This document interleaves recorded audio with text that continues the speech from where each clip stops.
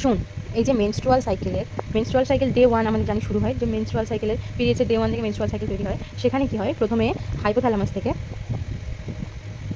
এই যে হাইপোথ্যালামাস, এখান থেকে সিক্রেট হয় জিএনআরএইচ, গোনাডোট্রপিক রিলিজিং হরমোন এখান থেকে রিলিজ হয়। এই যে গোনাডোট্রপিক রিলিজিং হরমোন, এটা রিয়াক্ট করে কার উপরে?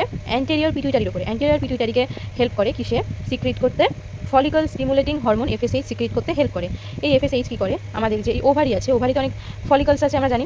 এই ফলিকলসগুলোকে বড় হতে, এটা যদি ওভারি হয়, এখানে ফলিকলসগুলোকে ডেভেলপ হতে এফএসএইচ হেল্প করে। তাহলে ডেভেলপ হতে এফএসএইচ হেল্প করে। যখন এই ফলিকলসগুলো ডেভেলপ হয়, এখান থেকে রিলিজ হয় ইস্ট্রোজেন। এই ইস্ট্রোজেন যখনই রিলিজ হয়, ইস্ট্রোজেন একটা নেগেটিভ ফিডব্যাক করে অ্যান্টেরিয়র পিটুইটারিকে, নেগেটিভ ফিডব্যাক দেয় অ্যান্টেরিয়র পিটুইটারিকে। ঠিক আছে, এই অ্যান্টেরিয়র পিটুইটারি যখন নেগেটিভ ফিডব্যাক পায়, তখন সে কী করে? এফএসএইচকে কমিয়ে দেয়। ঠিক আছে, এফএসএইচ নেগেটিভ ফিডব্যাকের কারণে এফএসএইচ কমে যায়। এবারে আস্তে আস্তে ডেভেলপিং ফলিকলস আস্তে আস্তে ডেভেলপ হতে থাকে। 12 থেকে 13 নম্বর দিনে এই ডেভেলপিং ফলিকলস তৈরি হয় গ্রাফিয়ান ফলিকলসে। ঠিক আছে,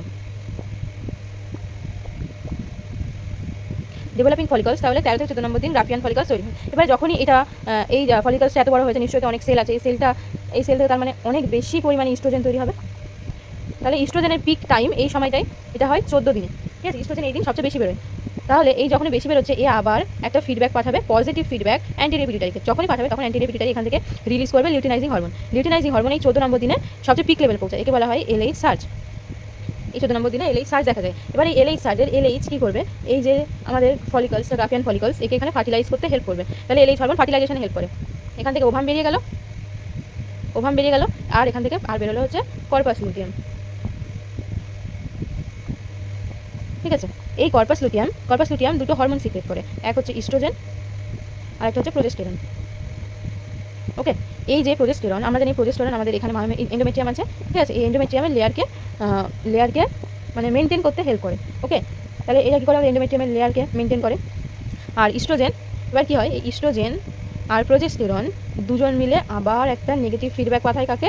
অ্যান্টেরিয়র পিটুইটারিকে। তখন এই যে এলএইচ বেরোচ্ছিল, এটা কমে যায়। এবার যখনই এলএইচ বেরোনো কমে যায়, তখন সেটা হলে কি? কর্পাস লুটিয়াম যে বেরোচ্ছে, এই কর্পাস লুটিয়াম যে এখনো পর্যন্ত আছে, সেটাকে রাপচার করে দেয়। যেহেতু এলএইচ কমে যাচ্ছে, আস্তে আস্তে কর্পাস লুটিয়াম ডিজেনারেট করে। যখন ইস্ট্রোজেন প্রোজেস্টেরন কমে যাবে, তখন আমাদের যে এন্ডোমেট্রিয়াম যেটা প্রোজেস্টেরন মেনটেন করছিল, সেটা আস্তে আস্তে ভেঙে তারপর সেখান থেকে ব্লিডিং শুরু হবে।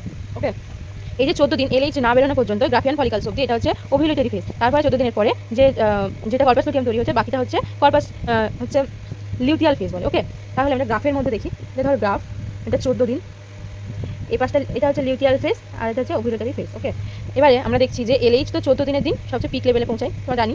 আর প্রোজেস্টেরন এই যে লিউটিয়াল ফেজে দেখা যায়, তাহলে লিউটিয়াল ফেজে প্রোজেস্টেরন। আর ইস্ট্রোজেন কিন্তু আমরা প্রথমেও একটু দেখি, তারপরে লাস্টে এই কর্পাস লুটিয়ামের থেকে যখন বেরোয়, তখন একটু বেরোয়। ওকে, আর এফএসএইচটা প্রথম থেকে অল্প অল্প করে বেরোয়, তারপর আস্তে আস্তে কমতে শুরু করে। বোঝা গেল?